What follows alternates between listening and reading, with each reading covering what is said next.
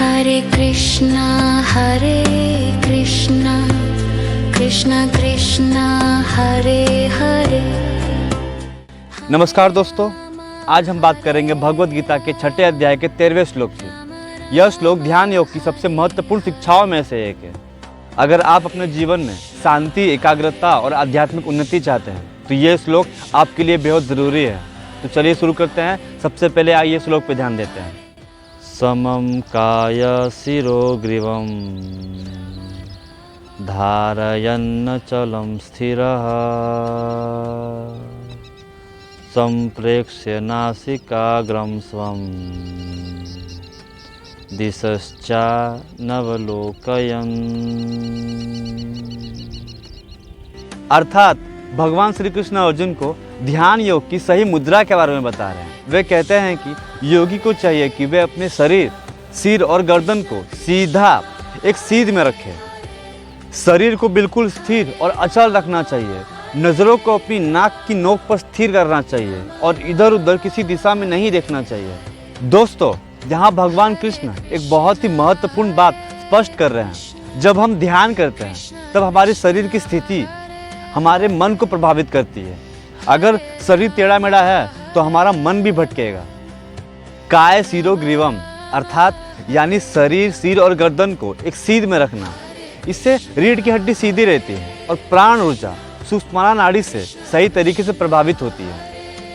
अचलम स्थिर अर्थात बिल्कुल स्थिर और अचल।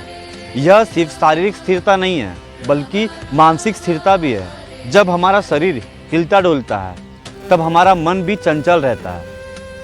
आपने देखा होगा कि जब हम बेचैन होते हैं तो हमारे हाथ पैर हिलते रहते हैं और जब हमारा मन शांत हो जाता है तो हमारा शरीर भी स्थिर हो जाता है। ये दोनों एक दूसरे से जुड़े हुए हैं।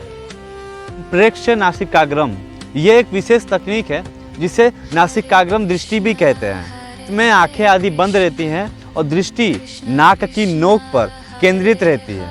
इसके कई प्रकार के लाभ हैं। फॉर एग्जाम्पल, जब दृष्टि एक बिंदु पर स्थिर होता है तो मन का एकाग्र बढ़ जाता है। बाहरी विक्षेप कम होते हैं, इधर उधर देखने से बचते हैं। आंतरिक जागरूकता बढ़ती है, ध्यान बाहर की बजाय अंदर केंद्रित होता है। दिशश्च नवलोकन अर्थात दिशाओं को न देखना, इधर उधर, ऊपर नीचे, दाएं बाएं कहीं न देखना। जब हम आसपास की चीज़ों को देखते हैं तो हमारा मन उनमें उलझ जाता है। जैसे कोई चीज़ हमें दिखी तो हमारा मन वहाँ चला गया। किसी ने हमें आवाज़ दिया तो हमारा मन भटक गया कि किसने हमें आवाज़ दिया, हम देखने लगते हैं। इसीलिए श्री कृष्ण कहते हैं कि अपनी दृष्टि को केंद्र करिए, केंद्र बिंदु पे स्थापित करिए और स्थिर करिए कि कोई अगर आपको दिखे तो आप उन्हें न देख पाए। अपने आंतरिक स्थिति को देखिए। विज्ञान भी इस मुद्रा की पुष्टि करता है। जब रीढ़ सही होती है तो सांस की गति सही होती है, फेफड़ों को पूरी जगह मिलती है, रक्त संचार अच्छा होता है और दिमाग को ज़्यादा ऑक्सीजन मिलती है। कैसे करें अभ्यास? सुखासन, पद्मासन और सिद्धासन में बैठे अपने रीढ़ को एकदम सीधा रखिए।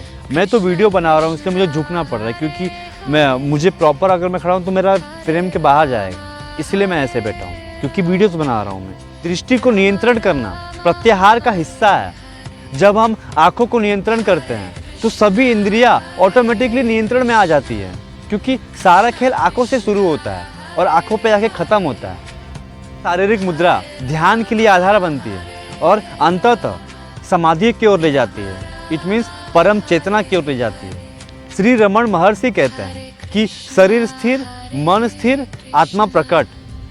ये एक्चुअली होता है। यह केवल ध्यान के लिए कोई तकनीक नहीं है बल्कि जीवन जीने का एक तरीका है। जब हम स्थिर और केंद्रित होते हैं तो हमारा हर काम बेहतर होता है। सो आई होप आज का वीडियो आपको पसंद आया होगा, और पसंद आया होगा तो लाइक करिए, कमेंट करिए और सब्सक्राइब करिए और बेल आइकन पर क्लिक करना न भूलिए। तो मिलते हैं नेक्स्ट वीडियो में गीता के नए श्लोक के साथ और नए मोटिवेशन के साथ। तब तक के लिए श्री राधे राधे।